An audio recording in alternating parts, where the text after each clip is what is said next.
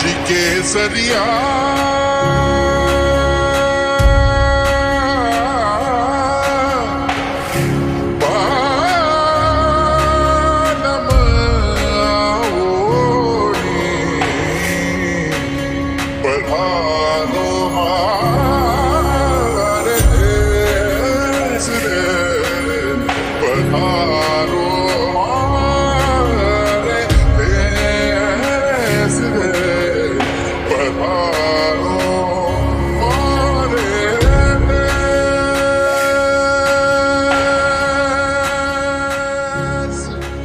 प्रिय विद्यार्थियों, Vande Mataram. Rajasthan police sub inspector भर्ती परीक्षा जिसकी विज्ञप्ति 2010 में आई थी और 14-15 में प्रशिक्षण के उपरांत वो सब इंस्पेक्टर नियुक्त हुए और 2025 में उनकी पदोन्नति हुई और वो सब इंस्पेक्टर से इंस्पेक्टर बन चुके हैं, अर्थात उनके कंधों पर तीसरा सितारा भी झिलमिलाने लगा है। और आश्रम के ये पुराने विद्यार्थी मिठाई खिलाने के लिए लगातार आश्रम में आ रहे हैं। अभी पिछले वीडियो में हमने आपकी मुलाकात श्री अजय गिरधर से करवाई थी और अब आप रूबरू हैं श्रीमती संजू बिश्नोई के। तो संजू, आपको बहुत बहुत बधाई। Thank you sir. अच्छा संजू, बीते 10 साल में सब इंस्पेक्टर के रूप में आपने कहाँ कहाँ अपनी सेवाएं दी हैं? सर, महिला पुलिस स्टेशन हनुमानगढ़, उसके पश्चात एसपी ऑफिस हनुमानगढ़ और उसके बाद पुलिस स्टेशन हनुमानगढ़ टाउन और फिर जिला श्री गंगानगर के अंदर सादुल शहर थाने के अंदर मैंने सेवाएं दी। ठीक है। और वर्तमान में sir cyber police station Hanumangarh में मैं पदस्थापित हूँ। अच्छा संजू, एक पुलिस अधिकारी के जीवन में बहुत सारे ऐसे पल आते हैं जबकि वो महसूस करता है कि चुनौतियां तो हैं लेकिन गौरवान्वित करने वाले क्षण भी हैं। तो कोई ऐसा किस्सा हमारे विद्यार्थियों को सुनाइए जिससे उन्हें पता लगे कि एक सब इंस्पेक्टर बहुत ही शानदार और महत्वपूर्ण पद है। Sir, Hanumangarh town police station में जब मैं कार्यरत थी उस समय एक 3-4 साल की बच्ची थी जिसका कि अपहरण हुआ। पुलिस को सूचना मिली और शहर से काफ़ी लोगों का दबाव आ रहा था कि दिन दहाड़े जो है बच्ची का अपहरण हो गया है, तो पुलिस पे काफ़ी दबाव था। लेकिन बहुत ही अच्छे तरीके से सारी सिचुएशन को समझ के और टैकल करते हुए जितने भी सीसीटीवी कैमराज एरिया में लगे हुए थे उनको चेक किया गया और शाम तक ये ट्रेस आउट किया गया कि जो आदमी लेके गया है उसकी लोकेशन कहाँ है और कौन लेके गया है। तो पता चला कि एक महिला है जो उस बच्ची को ले गई है और वो हांसी हरियाणा में पहुंच चुकी है। ठीक है। तो हम पीछा करते हुए हमें हांसी जाना था, तो टीम के साथ मैं रवाना हुई और कोविड का समय था उस समय सर, पीक टाइम पे था, लॉकडाउन चल रहा था, यानी सब कुछ बंद था। बिल्कुल सर। रास्ते में किसी भी प्रकार की कोई व्यवस्था नहीं थी। पुलिस को यहाँ तक परेशानी आई कि हमें पानी या खाना उसके लिए भी बड़ी दिक्कतें सामने आई। रास्ते में हमें एक ट्रक का कोई ढाबा मिला, वहाँ पे हमने खाना खाया। रात्रि 2 बज गए, हांसी पहुँचने के बाद हम गलियों में तलाश करते रहे। जो लोकेशन थी उसके आसपास के घरों को खुलवाया, लोगों से पूछताछ करी, लेकिन हमें कोई क्लू नहीं मिल रहा था। आखिर फिर हम रुके, गाड़ी में हमने रेस्ट किया।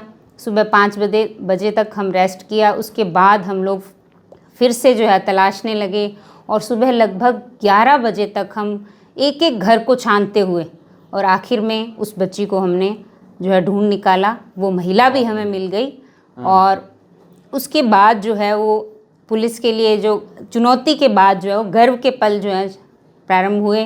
लोगों की बधाइयाँ शुरू हुई, अधिकारियों ने भी बड़ा हमें प्रोत्साहित किया सर। तब मुझे लगा पर्सनली कि मैं बहुत ही शानदार एक जो सेवा है पुलिस की सेवा है उसमें सब इंस्पेक्टर के पद पर आकर बड़ा ही गौरवान्वित महसूस किया सर मैंने। बहुत बढ़िया संजू, बहुत बढ़िया। अच्छा, एक अक्सर ये लोग मानते हैं कि पुलिस की नौकरी महिलाओं के लिए अच्छी नहीं है, तो इस संदर्भ में आप क्या कहती हैं? सर, मेरा जहाँ तक व्यक्तिगत जो मानना है वो ये है कि मेरे लिए बहुत शानदार रही पुलिस की नौकरी।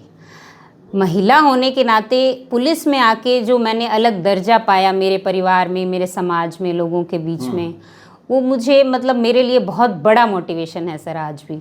और उस मोटिवेशन के सामने मैं मतलब हर चुनौती को पार कर जाती हूँ। चाहे मेरे पारिवारिक जीवन और नौकरी के बीच में संतुलन बिठाना हो, वो भी बहुत आसानी से कर लेती हूँ, क्योंकि जो ये सितारे जब कंधे पे चमकते हैं और एक महिला होने के नाते लोग एक प्रोत्साहन देते हैं, जब वो देखते हैं एक आस भरी नज़र से, तो बहुत ही मतलब चुनौतियाँ जो है वो बहुत छोटी लगती हैं सर फिर उसके सामने। ऐसा बिल्कुल भी नहीं है कि महिला जो है वो पुलिस में असुरक्षित है। नहीं सर, बिल्कुल नहीं है ऐसा। महिला पुलिस में आकर बहुत सुरक्षित हो जाती है। उसका आत्मविश्वास और उसकी जो असुरक्षा की भावना होती है सर, वो बिल्कुल ख़त्म हो जाती है। वो जैसा मतलब एक लड़की होने के नाते जो करना चाहती है, वो एक पुलिस ऑफिसर बन के बहुत शानदार तरीके से कर सकती है सर। बहुत ही बढ़िया। अच्छा, अब मुझे ये बताइए कि इन दिनों राजस्थान पुलिस सब इंस्पेक्टर भर्ती परीक्षा 2025 की विद्यार्थी तैयारी कर रहे हैं, उनको क्या संदेश देना चाहेंगी आप? सर, मेरा जो पढ़ाई करने का तरीका या जो था वो यही था कि सर ने जो मतलब आश्रम से ही मैंने तैयारी की गुरुजी के सानिध्य में। तो आश्रम से गुरुजी के नेतृत्व में जो भी जिस तरीके से भी पढ़ाने का सिलसिला था, उसमें मैं पहला तो ये था कि रूटीन में जो भी क्लास लगनी है उसमें उपस्थित होना है सर्वप्रथम तो। उसके पश्चात जो भी कार्य दिया गया है, जितना भी टारगेट दिया गया है एक दिन का, वो पूरा करके ही दूसरे दिन क्लास में आना है। टॉप 10 की गुरुजी की तरफ से सूची बनती थी, तो उसमें मेरा डेली का टारगेट यही रहता था कि संजू का नाम जो है उस टॉप 10 में आना चाहिए। तत्पश्चात मेरे लिए सब इंस्पेक्टर में चयन होना मेरे लिए दूसरा पायदान था। पहला पायदान यही रहता था कि सर के सामने जो है टॉप 10 सूची में संजू का नाम हो, और वही मेरे लिए सबसे शानदार तरीका था पढ़ने का। और पढ़ाई के दौरान गुरुजी के अलावा किसी भी चीज़ पे कोई ध्यान नहीं दिया। सर ने जो कह दिया, अंधविश्वास था कि सर ने जो कह दिया वो करना है बस। बहुत बढ़िया संजू। तो संजू ने हमें सफलता का एक सूत्र बताया है कि आप अपनी रैंक को मेंटेन करें, अर्थात डेली क्लास में जो टॉप 10 की सूची बनती है उसमें अपना स्थान बनाएं, और साप्ताहिक जो पेपर होता है उसमें रैंक लाकर दिखाएं। और एक बात और कि कक्षा में भी ज़रूर आएं। तो ढेर सारी शुभकामनाएं संजू, और जल्दी ही मैं मानता हूं कि हम लोग आपको आरपीएस के रूप में देखेंगे। धन्यवाद। जय हिंद, जय भारत, जय राजस्थान।